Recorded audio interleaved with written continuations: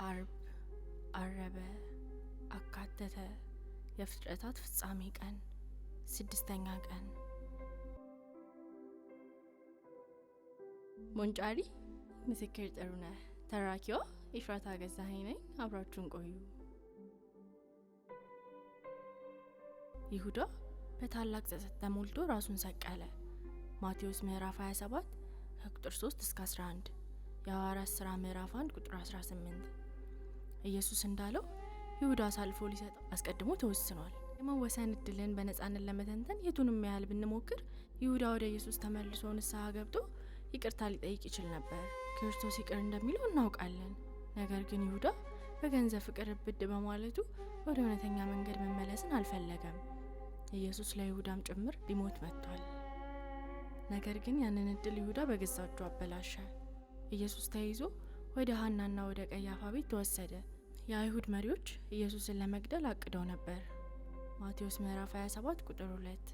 አይሁድ ወደ ጲላጦስ ወሰዱት። ከዚያም ወደ ሄሮድስ። ተዘባበተበት፣ ተሳለቀበትና ወደ ጲላጦስ መልሶ ሰደደው። ሁለቱም ገዢ ሊገሉት አልፈለጉም። ሕዝቡ ግን በኢየሱስ ፈንታ በርባን እንዲፈታላቸው ጮሁ።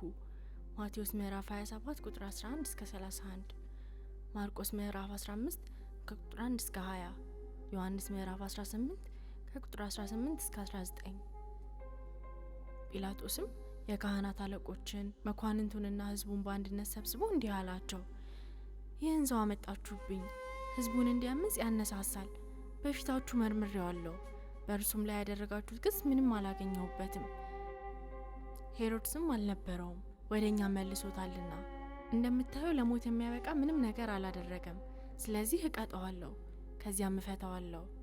ሕዝቡ ሁሉ ግን ይህንን ሰው አስወግደው፣ በርባን ይፈታልን በማለት ጮሁ። በርባን በከተማ ውስጥ በተነሳው አመፅና የነፍስ ግድያ እስር ቤት ተወርውሮ የነበረ ወንበዴ ነው። ጲላጦስ ኢየሱስን ሊፈታው ፈልጎ እንደገና ወደ እነርሱ ጠየቃቸው። እነርሱ ግን ስቀለው፣ ስቀለው እያሉ ጮሁ። ለሶስተኛ ጊዜ ለምን? ይህ ሰው ምን ወንጀል ሰርቷል? ለሞት ቅጣት የሚያበቃ ምንም ምክንያት አላገኘሁበትም። ስለዚህ እቀጣዋለሁ፣ ከዚያም እፈታዋለሁ አለ።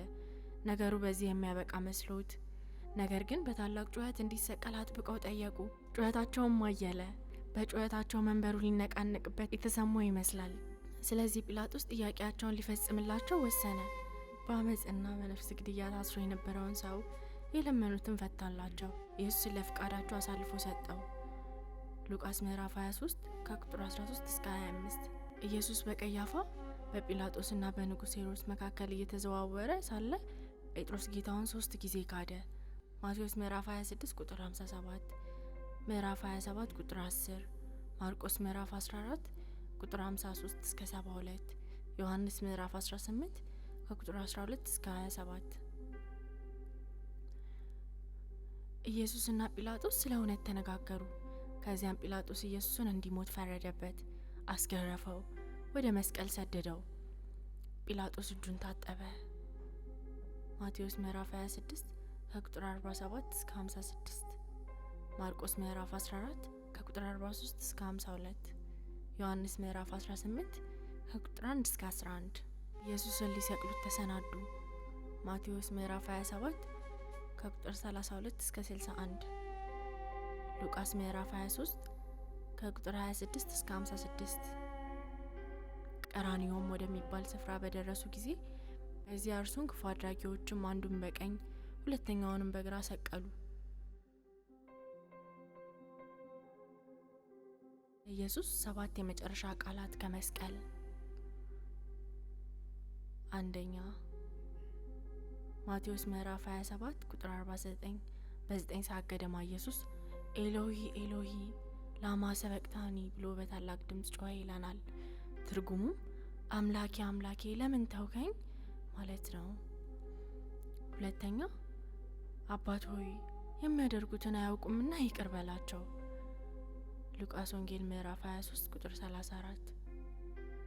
ሶስተኛ እውነት እልሃለሁ ዛሬ ከኔ ጋር በገነት ትሆናለህ አለው። ሉቃስ ምዕራፍ 23 ቁጥር 43። አራተኛ አባት ሆይ ነፍሴን በእጅህ አደራ እሰጣለሁ። ሉቃስ ምዕራፍ 23 ቁጥር 46። 5ኛ አንቺ ሴት እነሆ ልጅሽ አላት፣ እናትህ እነኋት አለው። ዮሐንስ ምዕራፍ 19 ከቁጥር 26 እስከ 27። 6ኛ ተጠማው።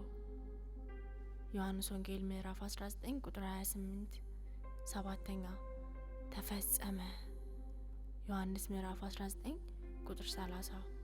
በዚያ ምሽት የአርማትያስ ዮሴፍ የኢየሱስ አስክሬን እንዲሰጠው ጲላጦስን ጠየቀ። እርሱና ኒቆዲሞስ እንደ አይሁድ ስርዓት ስጋውን ከሽቶና ከተልባ እግር ጋር ከፈኑት። ከዚያም በሮም ወታደሮች እየተጠበቀ በመቃብር ውስጥ አኖሩት። ዮሐንስ ወንጌል ምዕራፍ 19 ከቁጥር 38 እስከ 42።